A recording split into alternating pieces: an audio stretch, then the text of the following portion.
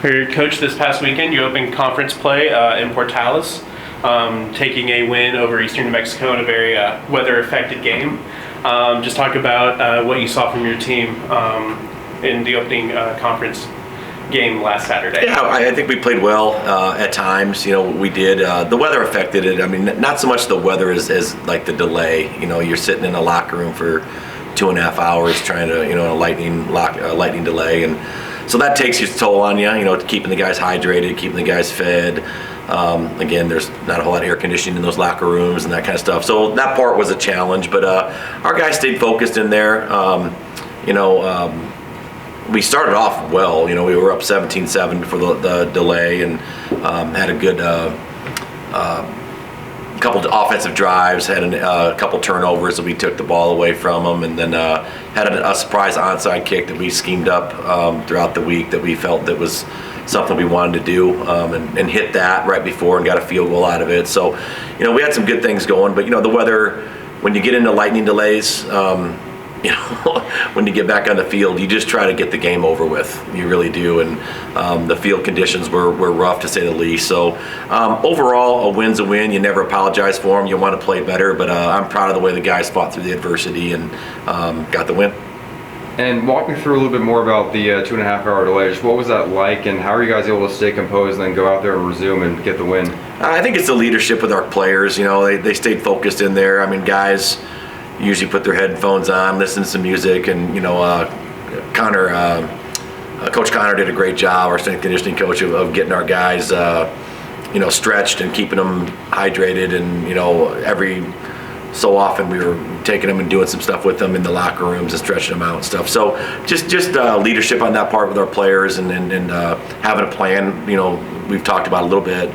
We've seen this before. We had it last year where we had to sit up at Hayes and wait, and the difference was last year we didn't start the game. This year we had started it. So, just making sure they're as comfortable as possible, and when it's ready to go, you get out there and go. And overall, what makes this offensive scheme so good or so successful that you can see success just as much with a backup quarterback? Caden's a good football player. I think he'll be the first one to tell you he didn't play his best game out of it. But at the end of the day, he's really talented, and our guys did a good job of adapting to the weather. That's something at Angelo State we've said from day one when I became head coach. I mean, I want to be able to run it, I want to be able to throw it, and you got to be able to do both. And if you can do both, it's hard to defend, and then you can play into conditions like you saw. There was nobody that was going to throw the ball a lot on Saturday, especially in the second half of that game. The field, I mean, it was like literally walking on a waterbed. I mean, there was patches of water pushing the turf up. I mean, it was that wet. So you had to run the football, and we did that, and effectively to win a football game, and I'm proud of our guys for doing so. And on the defensive side of the ball, specifically, what is defense doing to not only replicate last year's success, but even exceed that this year? I think it's just staying consistent to what we do, and we haven't changed in the scheme that much. We've got a lot of new guys running it on defense, but just staying consistent in what we how we attack a football game, and that week of preparation leading up, because each week's different. The week before, Emporia State threw the ball 60 times. Well, we saw 61 running plays by Eastern this week. So it was a handful on that to get things switched. But again, our offense prepares us for that when we go against our offense, because we both run and throw it. So that part of it goes hand in hand. But just proud of the way they keep on preparing and adapting to different schemes that we're going to see and play what we do. Coach, it seemed like even the environment was against your defense this time. It seems like even the wet field working in the Eastern New Mexico scheme. What does that say about that defensive unit, knowing that no matter what's against them, that they can step up and get the job done? Yeah, there's no doubt. I mean, we knew they were going to get the run and out of it. So our guys were loaded up for that, and they had some success late in the game on some stuff that they do, and they changed all their blocking schemes and do different things. And Coach Kelly there. He does a great job. I mean, in changing schemes and stuff like that. So, I'm proud of our defense for adapting and continuing to find different ways to slow things down. I mean, they'll block the same play 3 or 4 different ways depending on what you're doing, out of the triple option, out of the veer, out of the belly play, and stuff like that. So, we had to keep adapting. And of course, the second half we didn't have any sideline video and that kind of stuff because it went out because of the weather. So, we're not seeing how they're changing their blocking schemes from play to play or from series to series. So we're kind of just adapting on their own. But, again, proud of the defensive guys. We knew that they wouldn't come out and try to throw it a ton against us, so we could play the run a little bit more aggressive. But when they did throw it, we were pretty good on that part of it too. We gave up a couple completions, but end of the day, that's triple option football. You're gonna, as long as you don't get beat on something vertical over the top, you're going to give up a few things in the pass game, and we gave up a little bit, but nothing severe. Let's talk about a phase of the game that we don't talk about much. Special teams is a huge factor in this one. It was. Yeah, kept the momentum with y'all, including that touchdown. Yep. Just talk about that unit. Yeah, I'll tell you what, we talked about it before the game. We said, there's too many good athletes on this kickoff return team not to, bust a big play, score, but get a return out across the 50. Those are the types of things that we feel like, if you look at our front line, the guys that are going to block, you're talking about, really good athletes up there and taking care of getting the things blocked. So we needed to make an emphasis on this week in that practice of blocking better up front. And Zeke ended up picking the ball up. It was a squib kick. They tried to squib it in the weather, and he picked it up and kind of took charge there. It probably should have been the other kick returner's ball to pick up, but he ran over there, picked it up, and he hit the thing on the back side of the return and went 88 yards for a touchdown.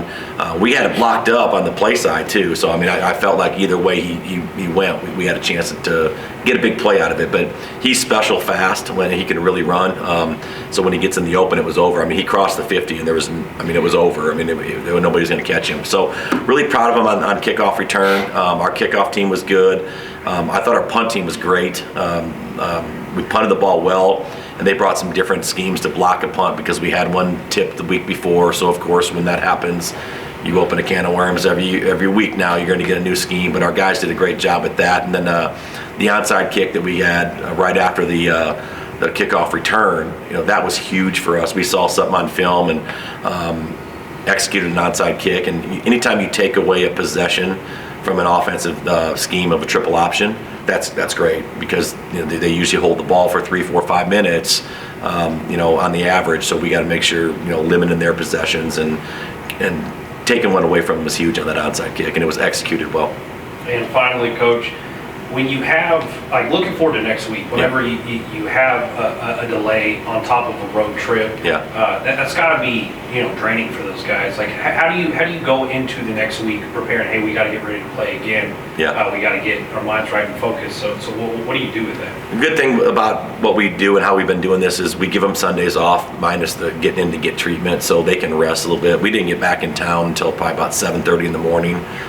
So giving them some time off to kind of get caught up and those type of things. Today we'll watch film with them and kind of watch our game from Saturday. But that's how we do it. Just give them some time to relax and get the treatment they need. And we'll have them back on the field this afternoon too. But it's hard. It really is. It's hard to do that with those type of trips. Realistically, we probably could have been home about 2 in the morning and turned in about 7:15, 7:30 out of that one after it's all said and done.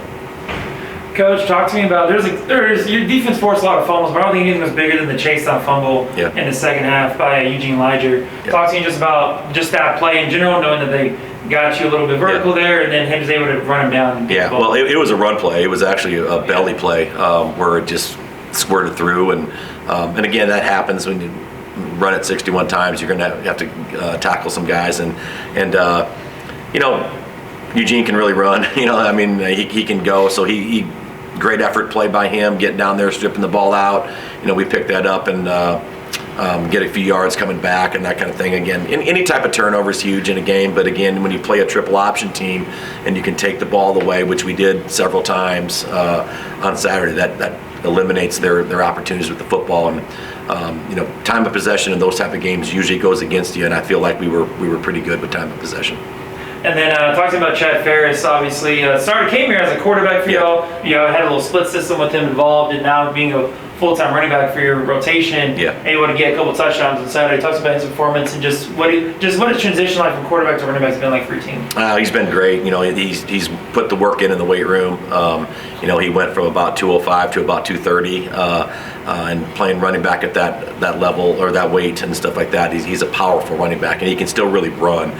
We didn't have plans to come in and run him as much as we did out of the quarterback position out of it, but the weather dictated that. And, we had a injury at the tight end position, so we had to do a few things there. So end of the day, Chad's so valuable to us because he's so versatile in what he can do. I mean, he can throw it out of that stuff, but we're not going to ask him to do a ton of that kind of thing. But very valuable player, and he's just a tough kid, and he's you'd take 100 of him. And then last question, obviously on Saturday, welcoming in Western New Mexico. What do you expect from that matchup? Oh, I think they're going to throw the ball a lot again. They had this past weekend. I think there was over 100 plays on offense by both teams. I mean, I think it's one of those deals. I think they had against the Highlands game. I think there was 400 snaps in that game or something like that between offense, defense, and special teams. So they're going to try to throw the ball and get the ball out. And they're capable of running it. They do some things there too. So, but I think they got some special receivers. I think their redshirt freshman quarterback can really throw the football and does a good job extending plays. So we'll have to keep him under wraps with it. We'll see. I mean, it's just kind of we'll wait and see what their game plan is coming in. But we're anticipating the ball getting put in the air quite a bit by him. Thank you, Coach. You bet. Thank you, Thank you guys. guys.